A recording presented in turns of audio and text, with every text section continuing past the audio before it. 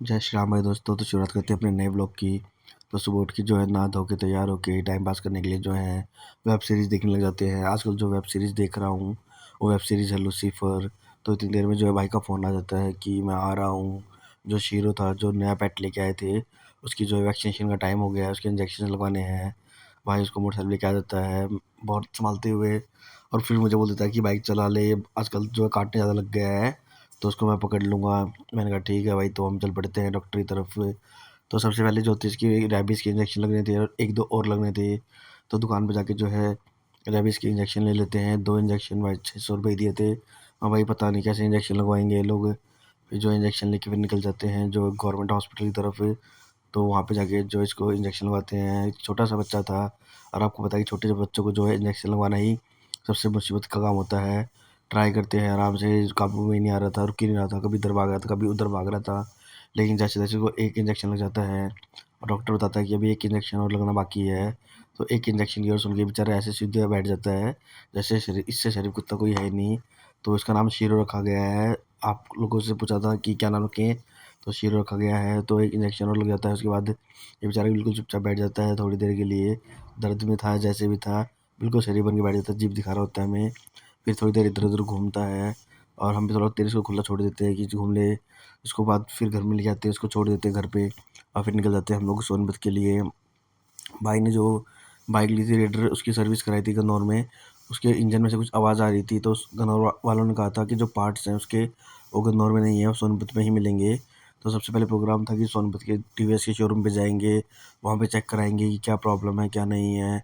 उसके बाद जो है उसको ठीक करा के एक बार दिल्ली की तरफ जाएंगे। दिल्ली की तरफ क्यों जाना था वो आपको ब्लॉग में आगे बताएंगे। तो ट्रैफिक से होते हुए जूझते हुए, गर्मी बहुत ज़्यादा थी, और निकल जाते हैं, पहुँच जाते हैं टीवीएस के शोरूम के पास। टीवीएस के शोरूम पे जाके बताते हैं उनको कि भाई इंजन में से जो है बहुत ज़्यादा आवाज़ आ रही है राइडर की, और अभी ली थी, 6 महीने पुरानी बाइक है। तो बताते हैं भाई कि बाइक को जो खड़ा करना पड़ेगा। राइडर में जो है एक इंजन में प्रॉब्लम आ ही रही है सभी में, कि इनका इंजन जो है सही तरीके से काम नहीं कर रहा, और बहुत सारे जो राइडर है उनके इंजन दोबारा से रिपेयर किए जा रहे हैं, और उसके लिए 3 से 4 दिन लग जाएंगे। तो इतना टाइम तो नहीं था, उनको बोलते भाई फिर कभी आएंगे, फिर तो अगर ऐसा ही काम है तो जो भी दोस्त राइडर ले रहे हैं संभल के लिए, क्योंकि इनके इंजन में बहुत ज़्यादा प्रॉब्लम आ रही है। टीवीएस की राइडर जो नई बाइक आई थी, उसके बाद जो है निकल जाते हैं दिल्ली की तरफ। दिल्ली की तरफ जाने का प्रोग्राम ये था कि भाई, छोटा भाई जो था वहाँ पे गाड़ी लेके गया हुआ था।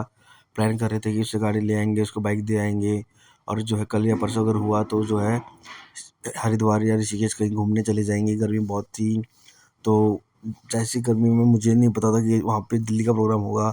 ये मेरे लिए भी एकदम से सरप्राइज़ था। तो आगे बढ़ जाते हैं। एक तो वर्दी थे, ऊपर से गर्मी इतनी गर्म हवाएँ, बहुत बुरा हाल हो रहा था। तो फिर भी क्या था, पहुँचते आगे तो रास्ते में जो जाम लगा हुआ था। कारण पता करते थे, यहाँ पे खतरों के खिलाड़ी का ऑडिशन चल रहा था। जेसीबी का यूज़ देख लीजिए कैसे किया जा रहा था, कि इतने हज़ार वॉट की करंट के तारों को जो है ऊपर से उतार के जो है वायरिंग को चेंज किया जा रहा था। जब थोड़ा-सा यहाँ से फ्री होते हैं तो निकल जाते हैं आगे की तरफ। गर्मी में अब सर दर्द होने लगा था, तो रास्ते में एक जो है कोल्लू था जो गन्ने जूस निकाल रहे थे। तो अब हो गया था मैं भाई भूख का, बढ़ती इंसान को मार के गया, कुछ खिला दे पिला दे, कुछ पुण्य कमा ले।